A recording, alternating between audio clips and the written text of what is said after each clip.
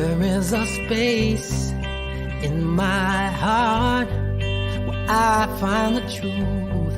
I find me in you, a truth beyond what you may see now. But when we are one, we bring more good about.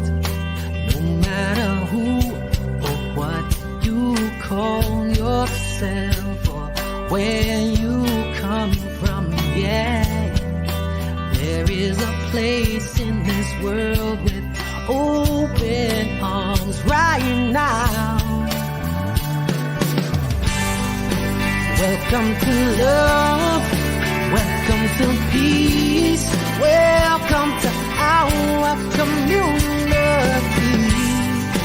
Be who you are, let your light shine. We're so much more when we unite. You are welcome here. You are welcome here. I see with new eyes, allow and unfold, embrace and let go, trust the flow. There's a freedom in love when you follow your heart. Together we are stronger than we could ever be apart. No matter who or what you call yourself or where you come from, yeah. There is a place in this world with open arms right now. Welcome to love, welcome to peace, welcome to our community. Be who you are, let your light shine. We're so much more when we unite. You are welcome here. You are welcome here. Breathe in and out, slowly feel all that's around you, all that you feel, all that you know. Let it go.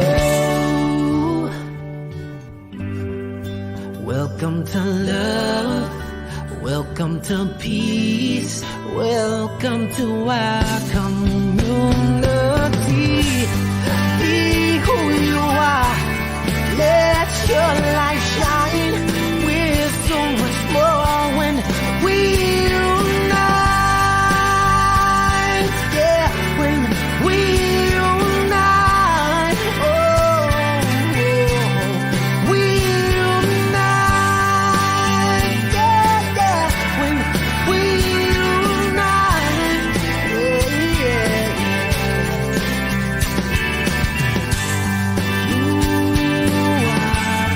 welcome here. Love is welcome here.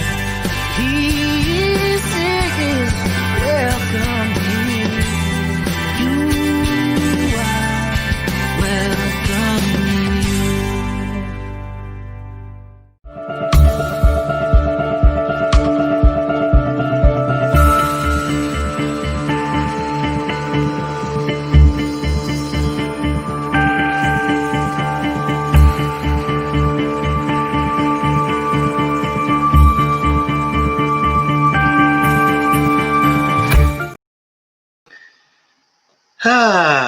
Life is good and is getting better. That was, I don't know what name I was going to say. John Stringer, reminding us that we are welcome here. Woo, do I need that song right about now? Centering and knowing that all is truly well. Let's just take a deep breath in and breathe out all that you're carrying. Whether you're feeling joyful, feeling sad, breathe in and breathe out. Every time you take a deep breath, you're giving yourself permission to reset, to renew, to see things differently, to come back to your senses. And in that place of groundedness, of oneness, I welcome you. Good morning, good afternoon, good evening, good night, good day to you, wherever you are at this very moment in time. Thank you for tuning in. Thank you for taking the time to tune in and listening. When you tune in and you listen to that inner guidance, you are giving yourself permission. You are preparing your mind, your mindset, your consciousness, your heart set to be transformed. You're here to be transformed. And I am Ade, your transformational beingness artist. Welcome to another episode of Ade Presents Being You, the journey back to yourself.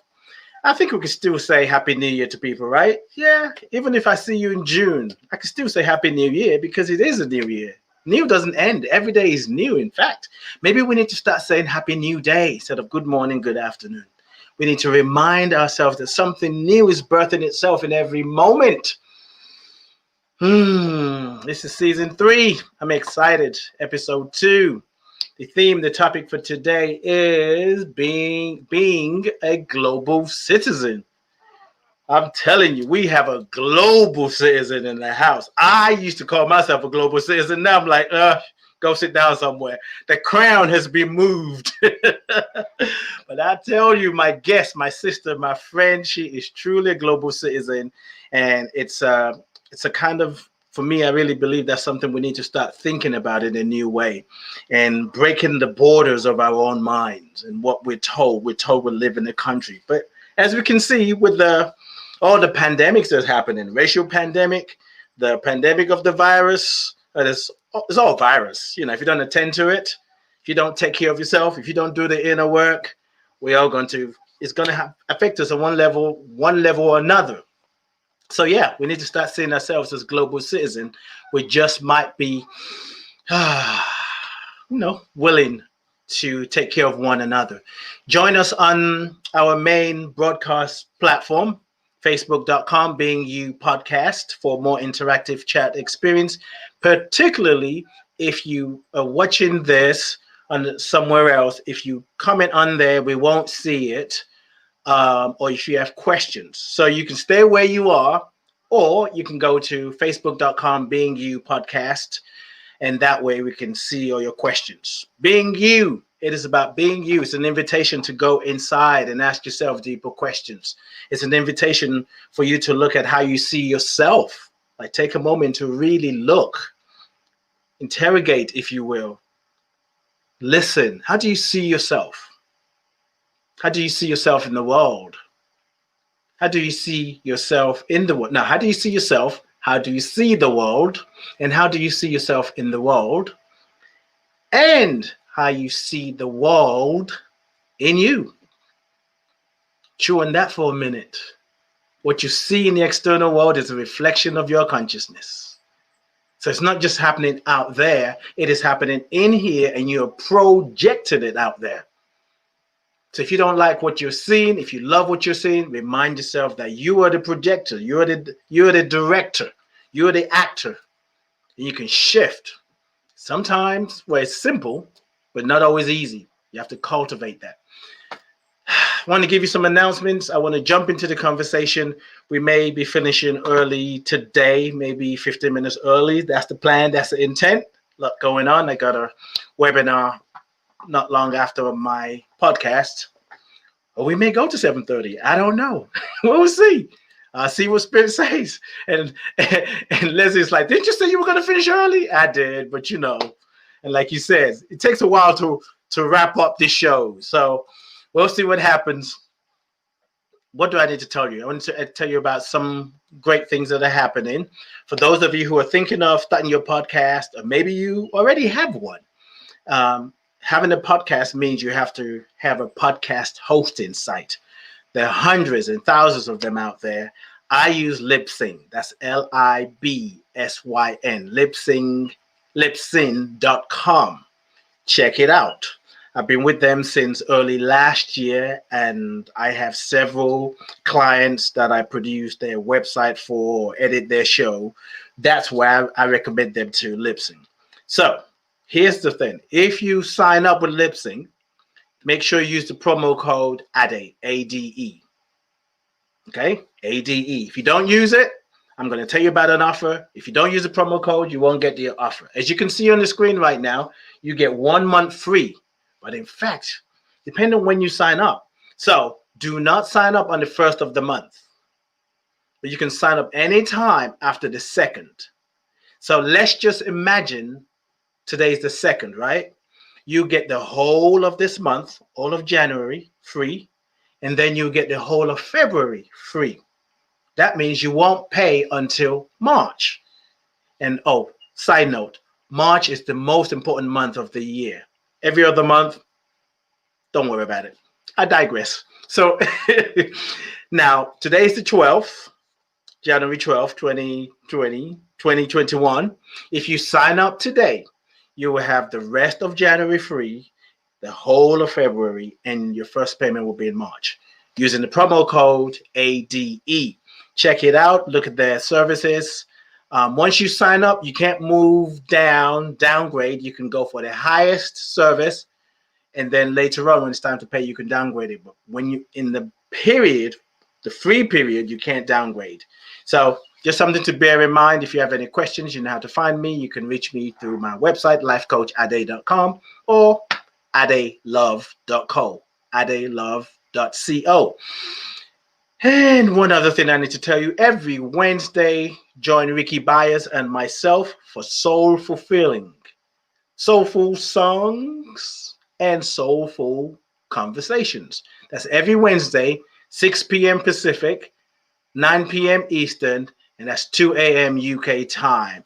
It's on Facebook and YouTube. And if you want to find Ricky on YouTube, you can just go to youtube.com/Ricky Byers. That's Ricky, RICKIE BYARS. What else? Nothing to say about that. I had a lot of thoughts, actually. A lot of thoughts came all at once, and my mouth was like, I don't know what to say. Hence the pause. But it's a great show. Ricky shares stories about her song, and it's an inspiring show in the middle of the week. I usually take a nap and then wake up around 12:30 a.m. so I can be there.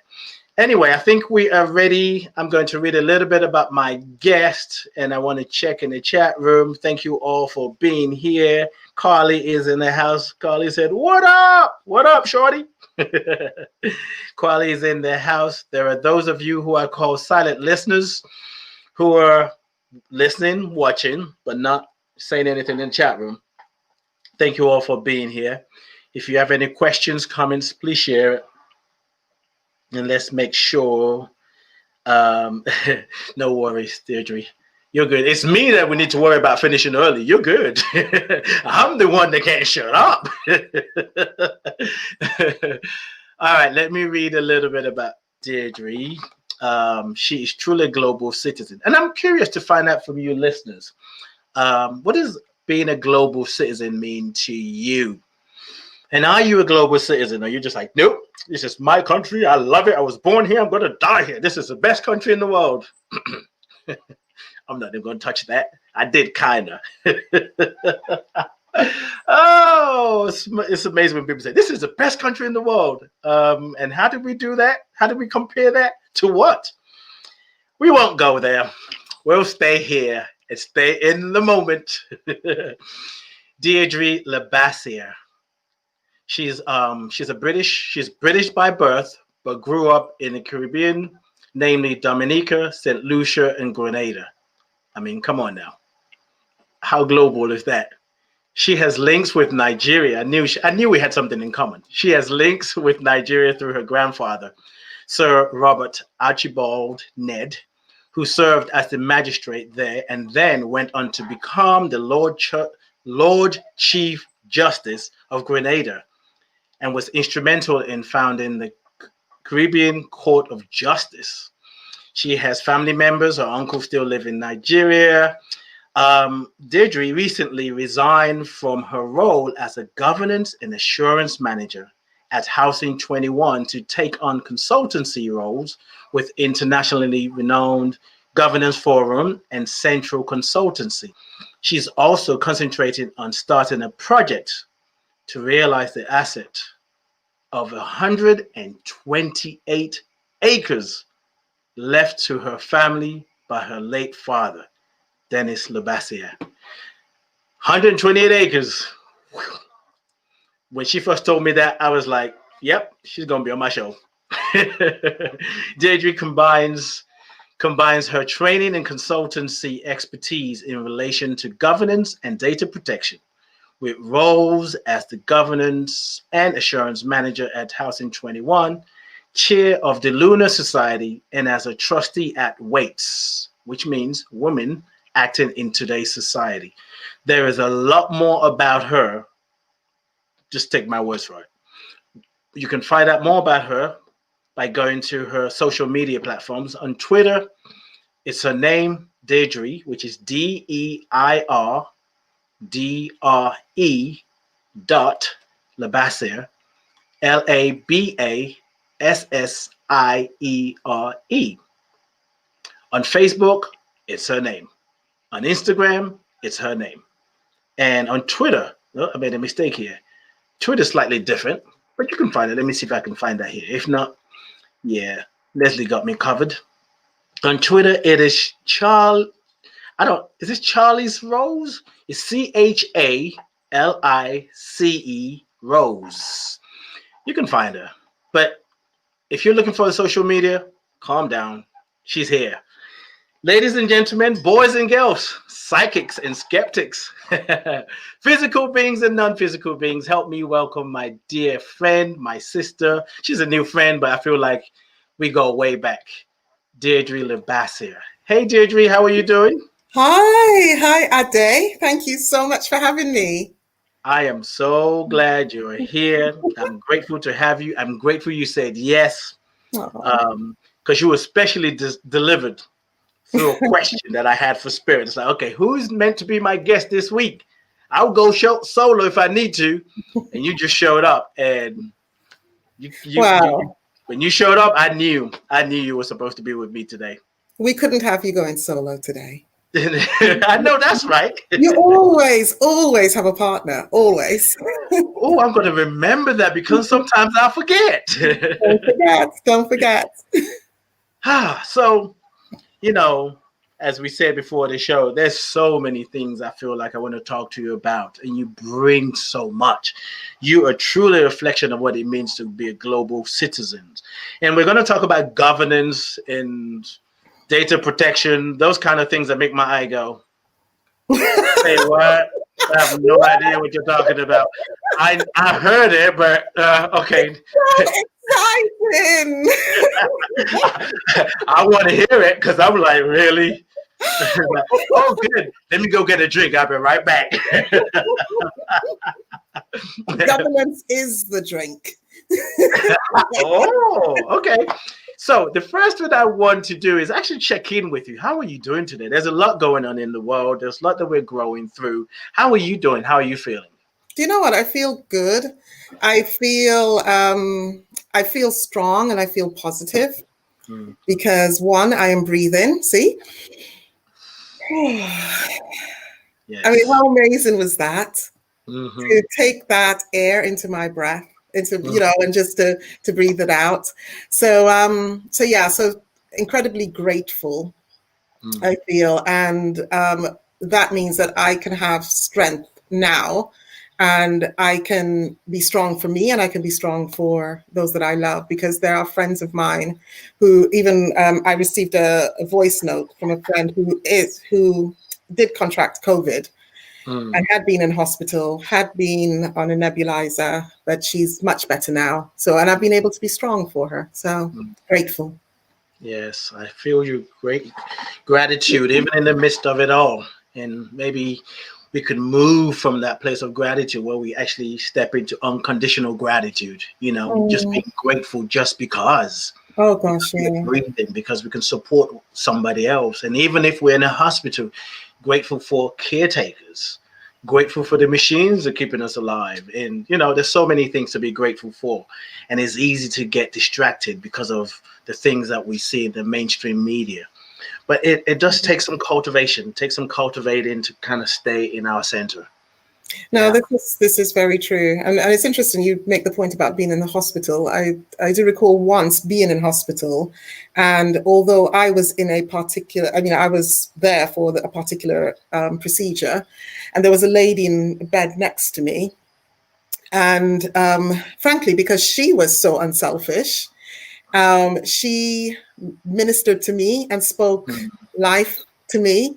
So, so even in that circumstance, it's wonderful to think of others and not just ourselves.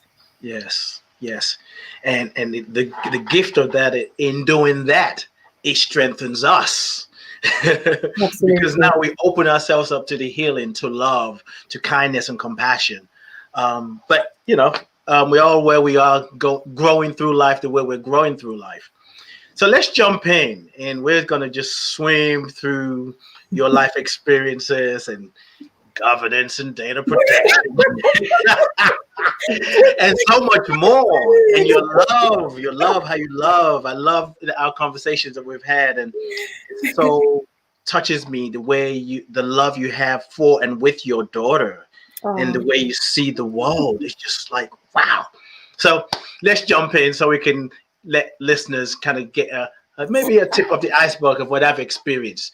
Now, on this show, being you, the idea is to, as I said earlier, invite people to take a look at themselves so they can see, how do they see themselves? How do they see the world? How do they see themselves in the world? And how do they see the world in themselves? And the idea of being you, for me, it's about coming back to who you are, recognizing. So from a spiritual perspective, emotional perspective, mental perspective, and even physical perspective, there is something that I believe keeps us anchored in our lineage, the tree of life that we're part of, and it's our names. Our names, I see our names as a soul signature. It keeps us connected. So you know where I'm going. I want to ask you, what's the meaning of your names? Oh my God. What does it mean to you? I did look up the meaning of your first name, and I was like, oh. I know, right? I know. I was like, but there's some, okay, let me let you do the talking. Okay, so I don't know. My parents, I love them. I like to believe that they love me. I'm sure they do. What's coming next? My mom's on Instagram, so I don't know. She's hearing this right now. Mom, I love you. But and I am told that I was named after a very good friend of my father's. So my name, Deirdre, means sorrowful. And I actually struggled with this, to be honest, for a long, long time, because I couldn't reconcile how I could be in myself as a happy individual and navigating some of the things that I have navigated in my life, from childhood, being bullied really badly, up till a few months ago, experiencing racism and misogyny to a quite significant degree. How I could have this name and still have work towards and still have a sense of happiness within me. So there's that in relation to the name Dierdre. Then my second name, though, my parents named me Olamide. Olamide, okay. I believe means my treasure has come. Treasure, joy, blessing has come. Yeah. Yes. So I have, and then LaBassiere, I understand, originates from a family in France that many, many, many moons ago were involved in the making of beer. So alcohol, happiness, and sorrow. But I think for me, try and figure it out. But for me, and to be honest, I also always kind of, with my parents naming me Deirdre, I'm the only one of my siblings with an English first name. Well, Deirdre's Irish. So I'm the only one of my siblings. So my brother's name is Kwame, after Kwame Nkrumah. My sister is Uma Bolanle, and my brother is Adeyinka. So, and I'm Deirdre. So I just was like, what is this all about? But I think reflecting on it, the fact that my first name is Deirdre and my second name is Treasure, it's and in terms of the translation and Deirdre being sorrowful, I think it's quite an interesting juxtaposition and a very real view of what life can be like. Because, in every life must come rain and sunshine. That's right. And I believe that I embody that. And I know always, there's in the Bible, it says it's always darkest before the dawn. So even though we have dark, the dawn will come.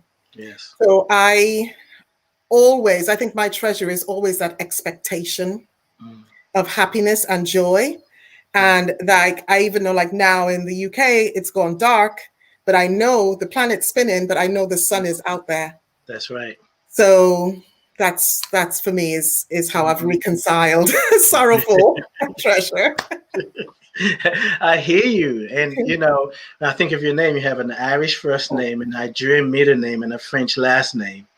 And we're talking about global citizen, Yes. And also the idea of sorrow, sadness, brokenheartedness. I think I saw something where it said Deirdre means broken heart as well. And I was like, ooh, oh, God, yes. I hope she looked it up because I don't want to be the first one to break it to her. I'm glad you did. I did. But it can be said that, those who suffer, those who struggled, really understand what it means to live life, means what it means to be loved and to love. Because in that broken heart, when our heart is broken, it opens us up to so many. Now we get to choose whether we're going to be bitter or better, Absolutely. And we can't really appreciate, I don't think we can appreciate joy, happiness, gladness, if we really, in a human body, if we don't know the opposite. Sorrow, Absolutely. betrayal. And I think absolutely. What happened over there? Go ahead. No. That just resonated. Betrayal is definitely a big thing. Yeah. And I think whilst you were talking, I think one of the things that I've recently come to realize, to be honest, is that we're always living at choice. Yes. And so we have, and I actually was even saying this to my daughter earlier today, we have a choice. So therefore we need to be really deliberate in our thinking when things happen, when circumstances occur. And we have a choice as to how we're going to respond to them. And we, and sometimes we think that, okay, actually, no, I don't have a choice. But even in not exercising a choice, that's a choice. You said it, because I was like, yep, because I was thinking of people saying, well, I don't have, what's she talking about? I don't have a choice. Even that's a choice. Yeah, that's a choice. Yes. And it's, and then comes the whole idea of taking responsibility. Yeah. And then that's where you really have to look in the mirror. I mean, my grandmother, when I was growing up, oh gosh, my grandmother used to make me, she started doing this and I just couldn't understand what was going on. So imagine this beautiful woman. My grandmother was mixed race, Indian and Scottish. So, boy, if we trace your roots, we're going to end up all over the world. All over the world. So, grandmom had this thing that she would do. She would sit in the mirror, and she would, I guess we didn't know it was called affirming, but she would sit in the mirror and she would say to herself, her name was Anis, and I've actually named my daughter Anissa after her. And grandmom would say, Anis, I love you so much. I adore you. And I'd be like, okay. Mama is cuckoo. Yeah, exactly. And then she would make me come and look myself in the eye, in the mirror. And she would square my shoulders. She would push my shoulders back. She would raise my chin. And she would say, tell yourself you love yourself. So I'd be like, I love you so much. And she said, no, look yourself in the eye. And that's actually the hardest thing to do, is to look yourself in the eye, to tell yourself that you love yourself. And when I've found in my lifetime, when I have had experiences of betrayal, of sorrow, of heartache, in and amongst my belief in God and my faith, which carries me, I believe that's inside of me, and that I look myself in the eye, and I'm saying to myself, I love you, then I'm getting it right back at me. Yes. So I've been able to then really hold strong, Yes. regardless of some of the very, very significant events that have come my way in my life. Yes, I feel you. I really do get that, because until we're able to hold grief and gratitude side by side, it will be very challenging to really take responsibility for the life we're creating and being on this planet. You know, we don't have to have, I'm grieving and that's it. We can hold both. Yeah, we can hold sorrow and hold joy. They can live together side by side. In fact, that's what's going to keep us sane. That's the healing. It's so true. And I think when you spoke about my name, the Irish, the Nigerian, and the French, and actually whilst you were speaking, I was reflecting on my ancestors and the fact that my surname LaBassiere is obviously a name that derived from slavery and colonialism. So it's, and I think of my ancestors who have made it, who did make it such that I could be here today. Yes. That you and I could be here talking. Yes. So which means that they were living through those experiences. They had to live through the grief and the gratitude, the joy and the pain, in order for me to be here, which means that DNA has come through to me. So which means that all of us who are connected from that perspective and that persuasion, we need to recognize that it's in our DNA. So we've got this, as do our future generations. We've got this. If I ever need someone to stand in for me as a host, you're one of those people at the very top. Because I'm listening to them like, yep. Because we forget the past, or we judge the past, or we run from the past. We forget the past contributed to who we are. And so the past is the ancestors. Everything that lives in them, that energetic pattern lives in us. And we are the extension. We're carrying it forward. In itself, that's enough to be grateful for. Absolutely. And we can look at what they went through, imagine what they went through. Now we can say it was worse than what they went through. We really don't know, because many years later, people are going to look back at 2020, 2021 and say, oh my God, it was horrible. And we were like, yeah, it was bad, but it wasn't horrible, because there is something, I'm hearing the song, something inside so strong. Oh, yeah. Something inside of us so strong that will tell us, you're going to make it. You're going to get through this. Oh gosh, yeah. 1,000,000%. Yeah. 1,000,000%. It's that still small voice. Listen to it. Listen to it. And as we listen to it, we tap into this whole idea of self-governance. And then self-governance is projected outward in the way you do it, I think. So I'm trying to do a segue back to this governance and data protection. And I was like, it kind of works, but I don't know. It sounded good in my head. I saw what you did there. But let me take this exit. Self-governance is going to lead to governance and data protection. And so what we want to do is talk about governance, data protection, and all the things that you do, and how that really informs what it means to be a global citizen. Okay. You think governance is this thing that's exciting. I'm just like, okay, you think so? Let me get some beer while we talk about governance. I don't even drink, but more reason to drink. No, really. Oh my gosh. Well, if we think about actually everything that we're involved, that everything that touches and our lives, whether it's our political systems or it's the companies that we're involved with or that we buy from, or the charities that we support, the schools that educate our children, everything has the things that we buy, right? the Grocery things that we buy, store, the grocery supermarket. stores, the churches, the mosques, the everything Mm-hmm.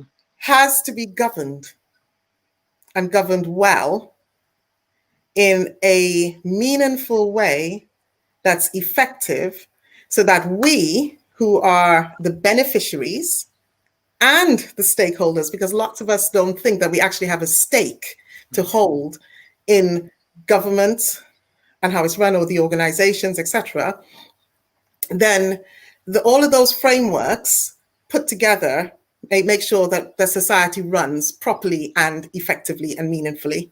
Mm-hmm. So that's what governance is all about. It's all those processes and those procedures and all of that. I like to think of governance as the golden thread that holds society together. Let's breathe on that for a minute.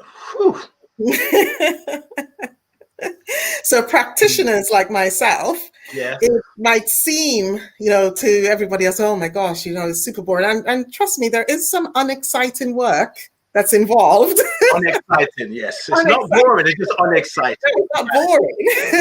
It's unexciting. Because it's going to affect your life. It's going to affect your life in very exciting ways, especially if you get it wrong. Right, like Brexit. But like anyway. Brexit. Like the Enron scandal, mm-hmm. Like what's happening in America right now, poor governance. Yes. And accountability and making sure that you have structures in place that check the balance of power. Mm-hmm. So that's what governance is about.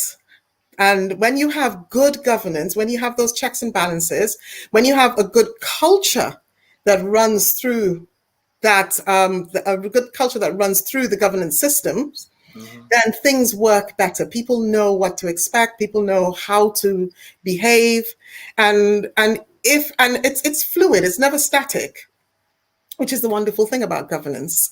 Mm-hmm. So having good governance means that we have a much better society. We're able to live much better lives. Mm-hmm. We have that better framework. So what do you do? How do you bring it all together to make the unexciting information a little bit more palatable to the palate? So what I do is that I will go into organizations, for example, and I will support them to just make sure that I know this sounds not super boring, but unexciting. Oh, you said it.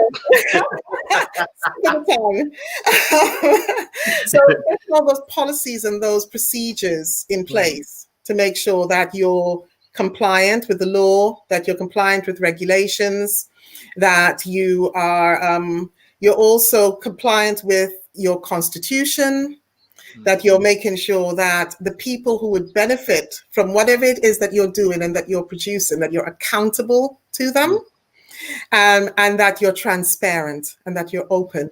Making sure that the board, who are strategic and overseeing the organization, that they're running the organization properly, and that the leadership of the organization, the executive people, are being held to account. And that's a big thing. Making sure that there's true diversity in the boardroom that reflects society as a whole in a really meaningful way. And not, because one of the things that Black Lives Matter highlighted, which, oh gosh, I can't believe it's highlighted it. This is something that's been going on for such a long time. Yeah, but there wasn't hundreds of years. Hundreds of years. So there wasn't enough inclusivity and diversity in the boardrooms, which meant that decisions were being made by a set of people who were not reflective of the people that they were serving. Mm-hmm. And it was just absolutely ridiculous. So now with Black Lives Matter, one of the incredible things that we've done is we actually launched at the Sir Adrian Cadbury lecture. And Sir Adrian Cadbury is the father of governance. He wrote the modern corporate governance code. And Sir Adrian Cadbury was one of a very important and influential member of the Lunar Society. And the Lunar Society is a very influential think tank. So we launched the Race Equality Code in 2020, October 2020, at the Lunar Society Sir Adrian Cadbury lecture. And what that code does is that it brings together and harnesses equality frameworks for organizations to use so that they can truly at least be on that point towards diversity. And I can see Ellen's just made a point there about diversity and accountability. Absolutely correct. Yeah. They go hand in hand. Yeah. So, yeah. So much in that. I'm going to kind of ask the obvious question, or maybe even may not be for others. I'm not going to project or assume everybody's thinking this way. When I listen to what you say and as you talk, it's like, yeah, of course, there are people making decisions that affects everybody's life. But somehow, why does it seem so otherworldly? Yeah. Like it's almost like it's intentional that we don't understand. These people are working for us, and it's like they're speaking codes. It's like they're not being honest. Yet, especially those of us who are sort of reclaiming our power through our spiritual practice and saying, I'm going to focus on myself, we tend to sometimes, like, we don't want nothing to do with that. Like you said, we see what's going on in America. We see what's going on here with the whole thing about Brexit and the political parties. They always seem to be at odds with one another. And if the table was turned, it still be the same kind of conversation. Why does it? I mean, this is a crazy question, but I'm going to ask. I ask crazy questions. Why does it seem so boring? Why does it seem so like I don't? What, is it intentional? No, was it designed for us not to get engaged? That's a good question. Probably.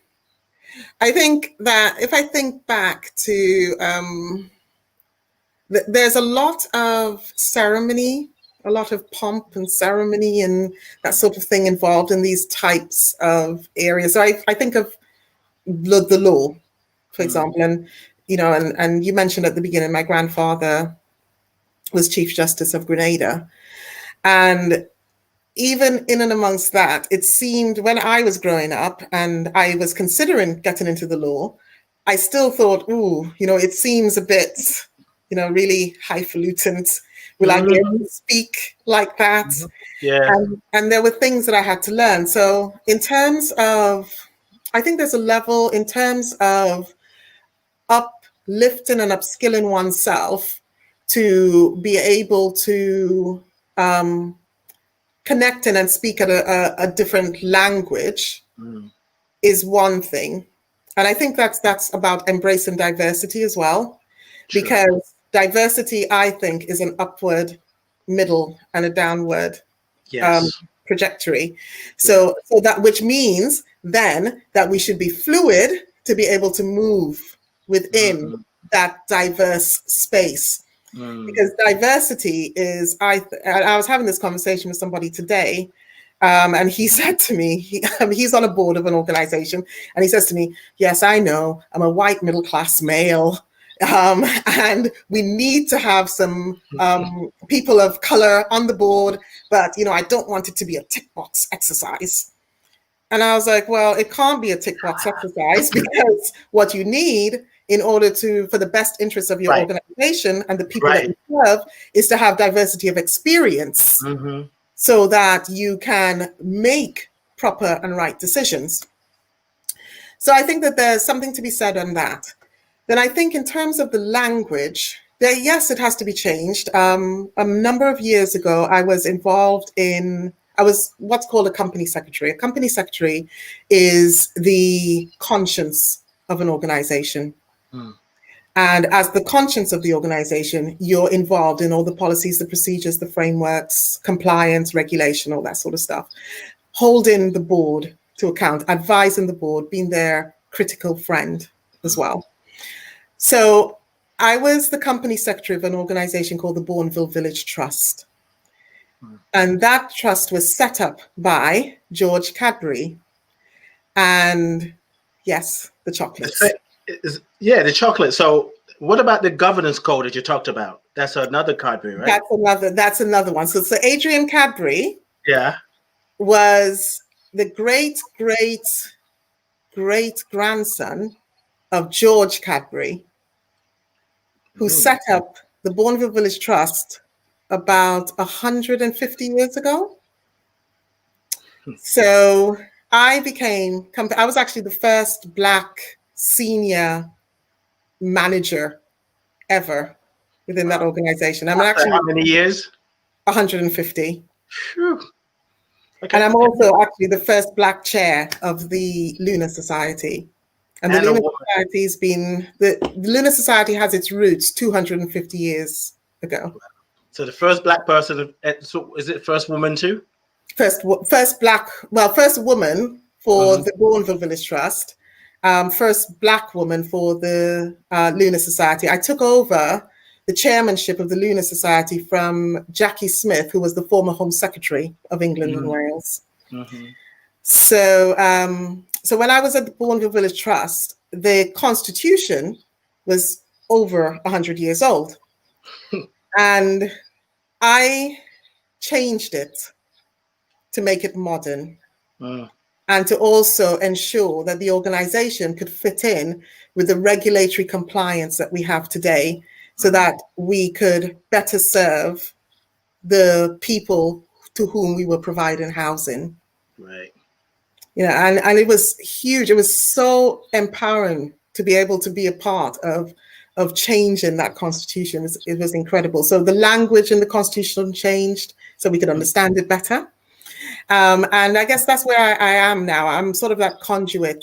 I'm that facilitator to help people to understand that even by default, you're part of governance. Exactly. Did you meet any resistance in trying to change the constitution? How do I say this without outing anybody? I'm just asking the questions. So I wouldn't say that I met resistance in terms of changing the constitution per se, because I think they recognized that they needed to move things forward. I think what I got was a disconnect in recognition of equality and diversity. So because it's really interesting, because I had I'm trying to say diplomatic. I understand. Let go through some filters. I had we got time. there was a need to reflect diversity in the policies, or not even just on the constitution per se, but on the documents, the policies and the procedures that would underpin the constitution and support it, so the organization can run effectively. And one individual within the organization commented, but we don't need to have any other Black people on the board. We have you. I was like, well, one, with respect, I'm not on the board. I'm actually I'm an advisor to the board. I'm your critical friend. I'm not on the board. And then I had another experience where an individual had just had a board meeting and just left the board meeting. The individual went to another person of color who doesn't look anything like me. She's beautiful, stunningly beautiful. So I guess I'm honored that he actually went to her rather than me. And he said to her, he says, "Deirdre, that was incredible. What you said in there was just amazing. And I'm so happy that I was able to support you. Would you mind having those papers ready for me for signing? I'll come to your office and have them signed." So I'm in my office and he comes into my office and he's like, "So do you have the papers for signing?" I was like, "Excuse me, what papers for signing?" And it was only afterwards that my colleague came to me and said that she didn't bother to say, "Oh no, I'm not Deirdre." Like, if you're going to be ignorant, I'm going to let you stay ignorant. And we look nothing alike, nothing alike. So I didn't meet resistance in terms of the Constitution per se, but Right. what I met was a disjointed view of of understanding around some of what we needed to change in relation to things. But I think things have moved on at that organization since. Well, you're part of it. Yes. Of course. Of course. I wonder then, because as I'm listening to you, I'm thinking maybe that's why this whole thing about governance seems boring to me. Like, but because there isn't diversity, they're not speaking to me in ways that I can really understand. Yeah. Sometimes I feel like it's going over my head. But diversity, I like how you said it goes up, it goes down, sideways. It makes it all inclusive. It's fluid. People can speak directly to the people that they're representing rather than just the ones who, well, I won't go there. But anyway, it seems like diversity is a thing that really helps it to be more fluid. Right? Yeah, I would just add, Ade, that one of the things that I think is dangerous is that because people think governance goes over their heads, then we have organizations that are set up. You have entrepreneurs. We have people that are growing their companies. And we have people that are setting up charities or community interest companies, and they're not getting their governance right. So that means that if they're not getting their governance right, they're not able to attract the investors that they need to attract. They're not able to attract the funds that they need to attract. They are falling foul of laws and regulation and compliance. They're closing. There's so many organizations, small care home organizations that are caring for people, but they don't have their governance right. And they close and they fall. So because it's seen as separate and because it's seen as boring, people aren't engaging and they are failing. So this is why, in our society, we need to understand and we need to just push through that and get it right. Yeah. So what do we need to do to shift that mindset? As I've said it 1,000 times. What do I need to do? People like me were thinking, I don't test, just goes over my head, it's boring. What do we need? How do we need to be looking at this for us to start having a different perspective about it? I think people need to be thinking about their bottom line. I think that, at the end of the day, do you want to make money or don't you? Do you want to stay in business or don't you? Do you want to make sure that the people that you're serving, if you're in a service industry, are safe or not? And do you want to effect change if you need to and be in a position of knowledge to do that? So that's really the bottom line. So basically it's about getting involved. It is about getting involved. It's about involving yourself in yourself and therefore then in your community. So that is part of self-governance then, right? Yeah, I think, that's definitely part of self-governance. I think for me, I've always kind of said to God, okay, so I got involved with governance, which also means that I'm involved with risk. So I do risk management, compliance, assurance. And I would say, okay, so I then apply, what I try to do is apply those frameworks to me. So I would be thinking about, how do I self-govern myself? What are the things that I do? What are my internal controls? So one of my internal controls is my faith. So and that's how I provide assurance to myself that when I'm looking out into the world, you mentioned at the beginning, what you see, what you have within, it affects your circumstances and you project it out and it comes back to you. Same thing with governance. If you're governing an organization, same thing with self-governance. So I have my internal controls. I make sure that I have my lines of defense. I get my assurance. I make sure that I get my assurances and that I'm governing. I'm seeking to govern myself effectively.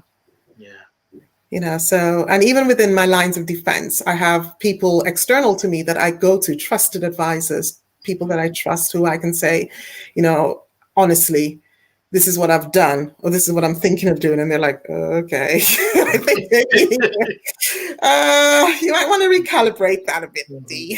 So. Yeah, because I'm not sure, but that kind of sense, because the question I wanted to ask and what you're saying is kind of seems like they're in alignment, is, you know, having met you and had several conversations with you, you're very spiritual, you're spiritually grounded. And basically not so much how do you do it, but how do you, just your process, integrate the both, like the governance and your spirituality? Are they separate, or are they one and the same? No, you can't separate. You can't separate it. You can't separate anything in life from spirituality. Yeah. You can't even separate this cushion from spirituality. Yeah, no, that's right. If you really want to go deep. You know, I think you have to, and it's something that I learned. I mean, okay, I grew up Roman Catholic, and so that's a very prescriptive, structured faith. And to be honest, when I first moved to the UK from the Caribbean, I found it incredibly comforting, because I knew every Sunday I would go to Mass, and somewhere in the world, you know, along the same time, they would be having the same type of Mass, and I'd be going through the same process. So I found it quite comforting from that perspective. And then I had some significant difficulties in my life, including divorce, including my daughter and I ending up homeless, as a massive result of me falling ill with a life-limiting illness. And I'm still here. Yeah.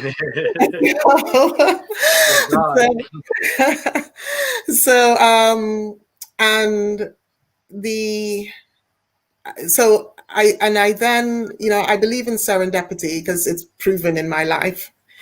And I believe in God.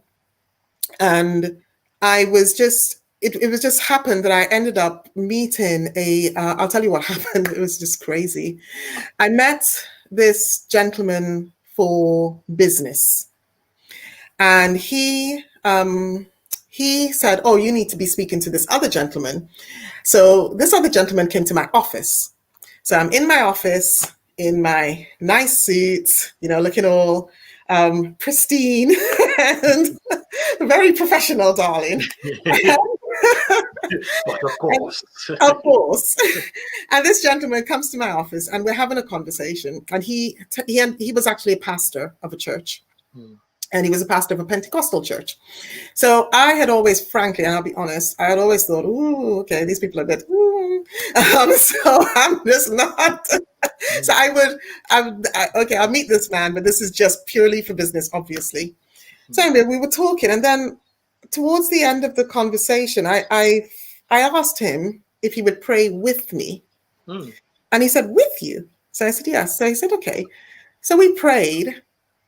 And then next thing I with you, is it because you didn't say pray for me? Yes, because I asked him to pray with me. So, but then that could just be, I don't know, because I'm just forward like that. So that could have just been that, really.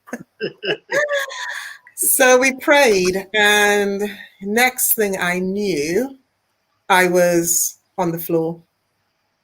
And I was most unladylike. So it was in your suit. In my suit.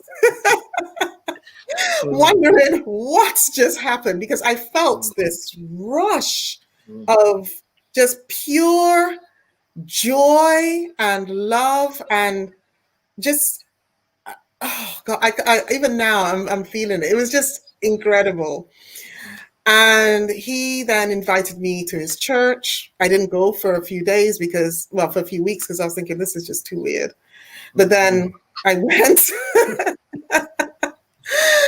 And then I went to the church, and I think the rest is history. I just started to read more into the Bible, and into the New Testament and Jesus. And what struck me, very much was, your show is called Being, and I think about the Beatitudes, and I think about the be attitude. Yes. And what struck me the most was that the word that Jesus kept using was blessed. And for the first time in my life, I realized that I am actually blessed. Not that I'm waiting to be blessed, or I need to do something to be blessed, or Yes. if I'm good enough, I'll be blessed. Yes. I am actually blessed. Don't have to die to be blessed. I don't have to die or to be blessed. decide if you're going to be blessed or roasted. Exactly. I don't have to go to a priest to confess my sins so that I'll be blessed. I'm actually blessed. And the weird thing that happened was that immediately a few months after that, I ended up that's when everything went wrong. That's when my daughter and I ended up homeless. I ended up with this illness, which my daughter, when I told her, because the doctors, the night that I had told her that I found out, they wanted to put me into a hospice immediately. Wow. And they said to me to tell my daughter that I just had to get some more tests because I was getting progressively ill, but I'd never been diagnosed. And my daughter, and I was actually diagnosed with 2 illnesses. It was a double whammy. And my daughter put her arms around me. She was 11 years old, very precocious. So when she asked me what it was, and I told her one of them, and then she said, "There's something else." So I said, No. So she says, "Mummy, I'm 11 years old. Don't patronize me." Oh, goodness. I'm 11 years old. Okay. I stop that. I'm old enough. I'm old enough. I could take this. So she puts her little arms around me. But at this point, I'd lost so much weight, that she could double her arms around me. And her chin was resting on my tummy. And she looks up at me with her beautiful, beautiful, big brown almond eyes. And she says, "Mummy, you said that God said that he would take care of us. If you want me to believe, then you have to get better." So I decided I was going to get better. And it was in the decision-making process, because it wasn't like an instant thing. "Oh, I've decided I'm going to get better, I'll get better." But because it was still a process, because it was almost a minute-by-minute process of choice. Yeah. It was in that moment that I realized the divinity of God in me, because I was better. So I went, the doctors decided that I could have a weekend with my daughter rather than go to the hospice. Had the weekend with my daughter.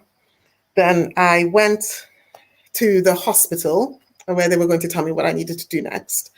And then they tried to tell me how long I had. And I said to them, "Congratulate me when I've passed the time." So on the, so I was diagnosed on the 4th of March, 2013.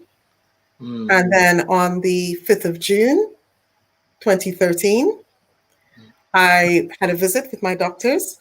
I walked in, the nurses, the doctors, they were all there with cards and cake and balloons. Wow. Celebrating me, saying that I'd made it past the date that they had originally said that I would die. So that's when I knew, and that's why I believe like I believe. Yeah. The sun is always there. So your name, Deirdre, is a reminder we can get through sorrow and triumph and receive the gift, the treasures on the other side.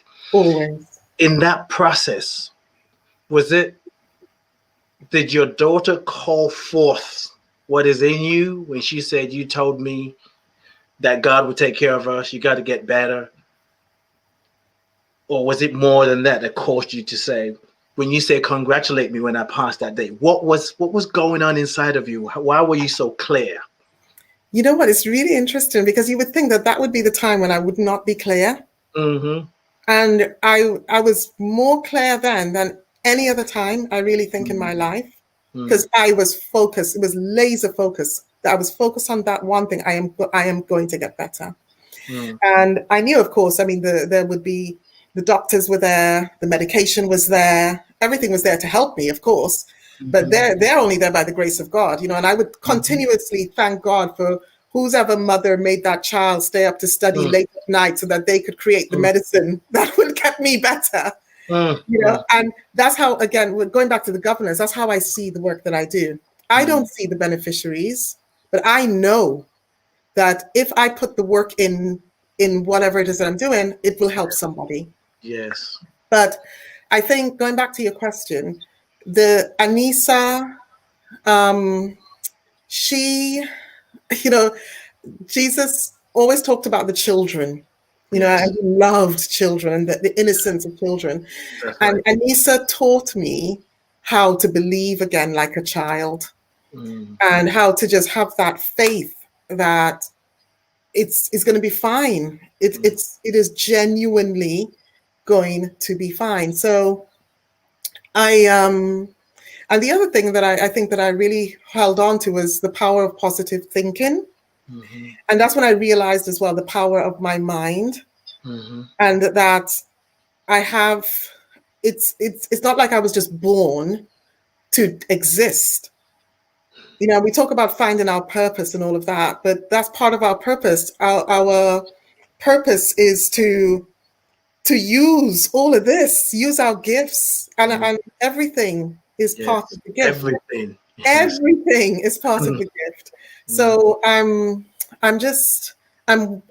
to be honest, I still have moments where I've been like, oh, you know, it's a bit shy about using the gifts. But no, and thank you for reminding me, because we have to continuously do that. That's the only way that we can, and that's part of the self-governance, because you are then deliberately thinking and focusing and using that gift for your benefit and then for the benefit of others.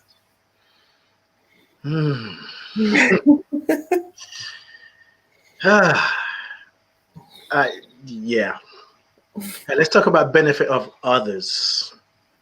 And you have been gifted with 128 acres of land. Yes.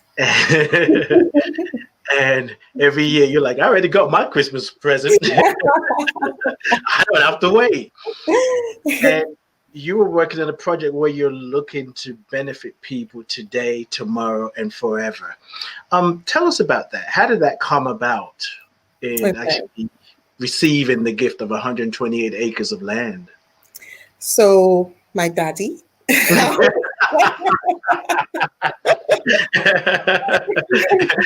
That was the only way to say it, you know.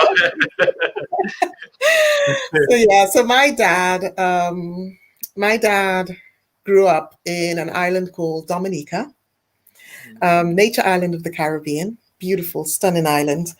And he was quite a prolific businessman himself, and he was very ambitious for himself and for his family.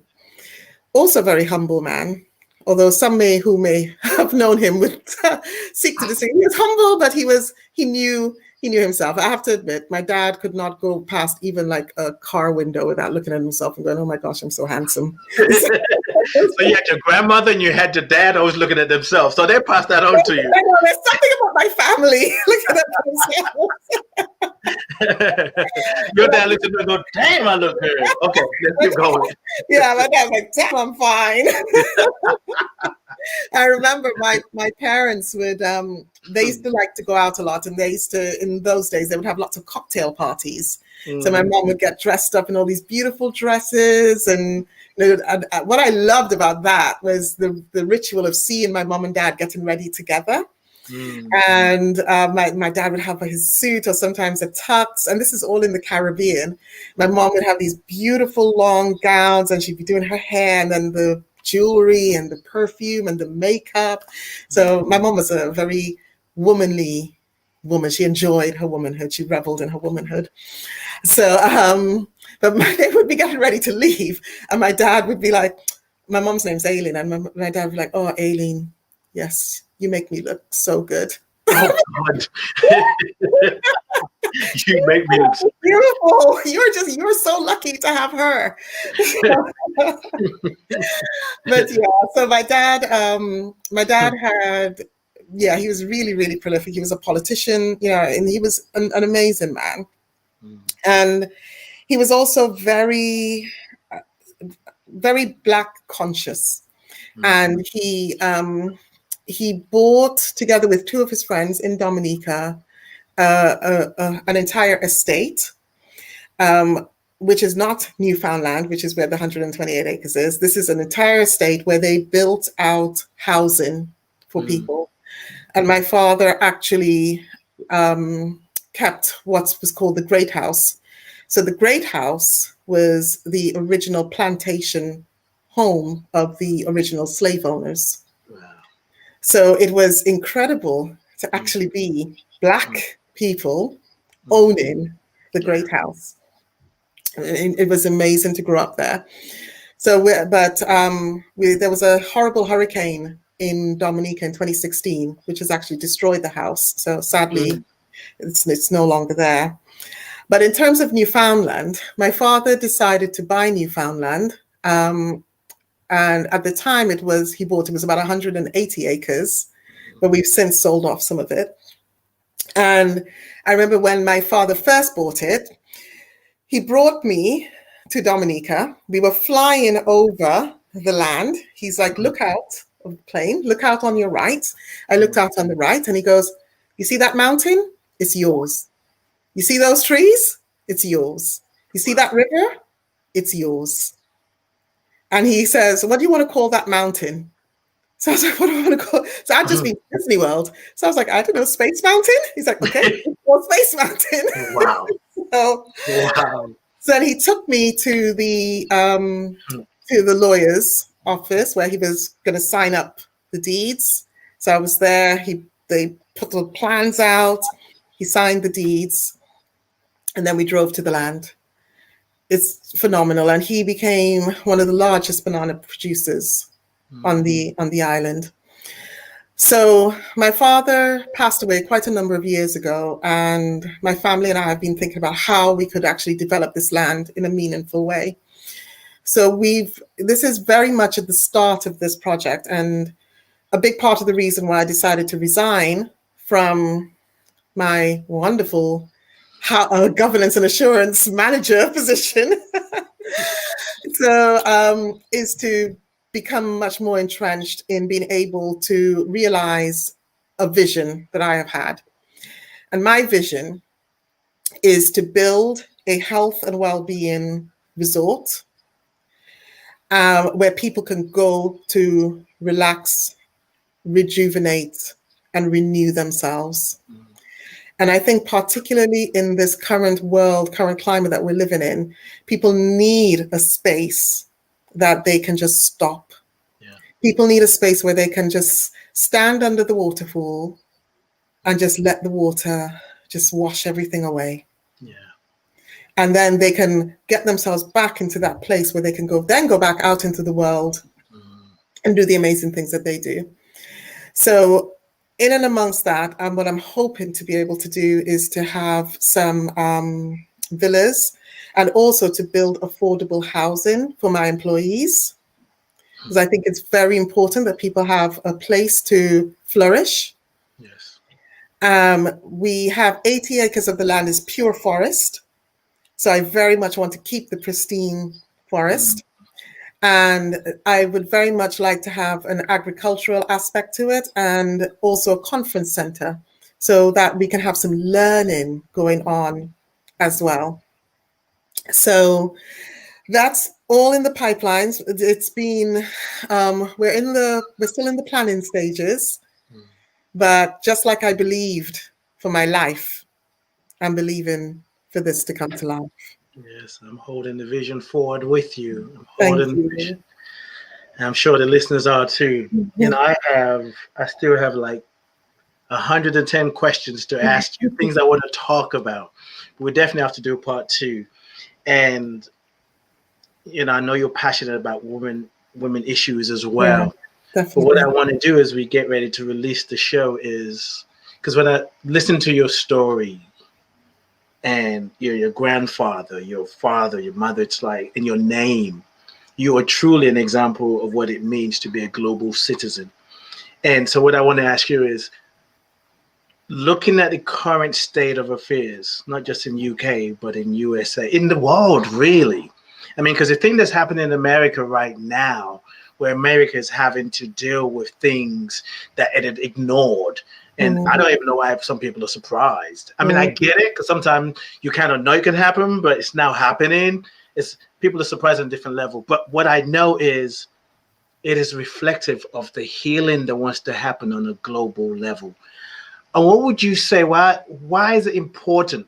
Why do you think it's important for us to start seeing ourselves as a global citizens rather than a 2-year-old going, mine, mine, mine, mine, this is my country? It's genuinely, it's the only way that we can grow. We spoke about diversity, diversity of thought, diversity of experience. The only way that we can grow as a human race is to experience each other in a impactful way, and that can only come through connection. So it's I find it really interesting that, and actually it's probably a reflection of the fact that we have tried to keep ourselves so insular and divided that we have this virus that is actually keeping us insular and divided. Exactly. Yes. You know, so it's obvious. Yes. So I really have tried not to despair, because the only way that we can learn is to cross geographical boundaries, racial boundaries, gender boundaries, you know, and to really just appreciate each other. But the only way that we can also appreciate each other is to appreciate ourselves. It says, love your neighbor as yourself. That's right. So I think that there's some self-love and self-reflection that has to occur amongst people. And I think in schools, the curriculums of schools have to have, even just as a basic geography, history, and I mean, real history, right? Not made up history, right? And not made up geography. Yes. You know, and to have those actually on the curriculum, social studies, sociology. Have children actually learning. Go back to the old-fashioned pen pals, exchange visits. Really, I mean, it's crazy that we're so connected now, but we're so disconnected. So I think that this virus is actually exactly what we've been calling for as a human race, and we've just got what we asked for. We created it. We've created it. So we can uncreate. We can uncreate and recreate. Exactly, we can. Yeah. We can. And we need to take that. We need to be accountable and not be lazy, because I think that that's a part of it. When people just follow blindly, they're actually being lazy. And that's, again, part of the accountability aspect of self-governance. Yes. I want to ask this question, and I want to put like 50 questions in one. So it's going to sound like this. As a single mother, I said earlier, your relationship with your daughter is that's a show by itself. What would you say to single parents who are struggling, or maybe don't even have a great relationship with their children, or maybe they do, but based on your own experience, what you've learned, because you have such a deep love for your daughter, and I mean, like I said, that's a whole show by itself. And you're definitely coming back. What would you share with parents, single parents, in navigating parenthood? Because I believe parenting is the highest form of spiritual practice. Yeah. You know, I can go to the mountain for 40 days and fast for 40 days. Anybody can do that. But parenting? A whole different conversation. It is a whole other conversation. Gosh. I don't know. I can only speak from I guess my lived experience and my perspective. So I mean, I told you when we've spoken offline that I knew the moment that I knew when I conceived my daughter. I knew it, and I loved her. And again, I think it's still a choice, you know. And of course, you know, even while she's been growing up, she's had her naughty moments. but I think approaching parenthood, and I know this might sound trite to people, but approaching it with humor, you know, because there are times when I could have gotten really upset or really angry. And then I chose, you know what? No, I'm just going to laugh. You know, there's that saying, if you don't laugh, you'll cry. Kind of thing. So, and that just, I don't know, maybe there's just this the endorphins, the endocrine start moving in your body. So that you diffuse a situation. Which speaks to what you're saying about choice. It's you know, about in that moment, you could be mad and you're like, she deserves it, or you can choose something different. You can choose again, make a different choice. Exactly. So I think, yeah, and with my daughter, I have always, I think when I got divorced, well, when I separated from her father, and then when I got divorced, again, it was kind of going back to the spirituality aspect. And I determined that I was actually not alone. And I also needed to determine that if I had Christ within me, therefore I had the mind of Christ, therefore I was making wise decisions. So therefore, even if it appeared that something that I did was not the right thing, it was still right. I know that's right. You know, and all things work together for good. For good. So, and thank God I have raised her now to be she's incredibly well adjusted. She's had a few moments, but she's now going off to, next year she'll be at one of the most prestigious universities in the world. She's going to be studying geography at Cambridge University. You know, and as a young Black female from a single house family in the UK, that's huge. You know, so she's she's incredible. And I think the other thing is that I recognize the incredibleness in her. I revel in her and in the miracle of the existence of her. Yes. So I feel quite honored, actually, that I get to be her mom.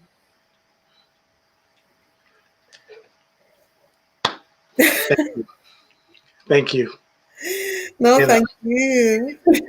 I feel like the conversation we had before you start talking about your relationship with your daughter was like us meeting in the elevator, in the lift. Just have a quick conversation, and then just before we got to our floors, you start talking about your daughter. It's like, we got to catch up and talk more about that. Oh yeah, don't worry. When she's Secretary General of the UN or I don't even doubt it. Of England. I don't even doubt it. With all the people who came before her, your grandmother, your dad, your mother, and you, oh my God, yes. That university ain't going to be the same again. It's not going to be the same. They have no idea what's about to happen. Oh, they also have no idea that I'm going to be doing all the governance. Diversity. Don't tell her that I'm going to tell anybody that.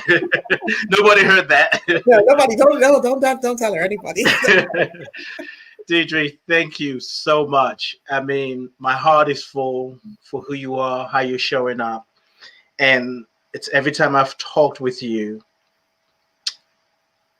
I always feel this sort of, I think I've sort of met you, but was it Friday or Thursday was the first time we actually talked with Team Global Conference, and just there's something. I don't have the words for it, but what I can say is I feel you. I feel you. And what I feel feels good. Thank you for who you are. Thank you for how you're showing up. I really appreciate you. And I definitely look forward to bringing you back to continue the conversation. No, well, thank you so much for having me. And you are an incredible blessing in yourself. And I must mention your producer, Leslie. She's behind the scenes, but without her, you know, it all can be trust me. So we I totally agree. Because you would have just gotten, okay, great. We're going to talk about being a global citizen. Here's the link. Anything else, let me know. That's it. I'm sorry. I want to do more conversation, but I don't have it. Yes, thank you. Thank you. Bless you. Thank you. Peace and blessings. Ladies and gentlemen, woo, Lord. You know, for me, I think what I'm really feeling that I can find a word for is what love looks like, what it feels like when we meet heart to heart, mind to mind, soul to soul, spirit to spirit. And for me, that's what it means to be a global citizen. When we recognize that we're not separated by borders, countries, and all that other BS, by skin color, our gender. We are being called to rise up, to speak up, to show up. And the journey, the process is easy when we join with others, you know? And we can use social media for something like that. But this is a new age. This is a new time. And I thank you all for tuning in. Thank you for being part of this conversation. Oh my God, I'm so full. I love. Anyway, if you want to, you know, continue the conversation, want to take your aha moments and integrate it, where it's not just like, oh, that was deep, but you want it to deepen the experience. Check out my website. You can book a session, adelove.co, ADE love.co, and lifecoachade.com will take you there as well. Thank you for tuning in. I love you, I bless you, I appreciate you, and I thank God for you. And everything that you've gotten from here, that you've heard that was inspired, I just say to you, take this consciousness and multiply it, and let's give ourselves permission to experience a new reality. I'll be back next week. Peace and blessings. Yeah, when we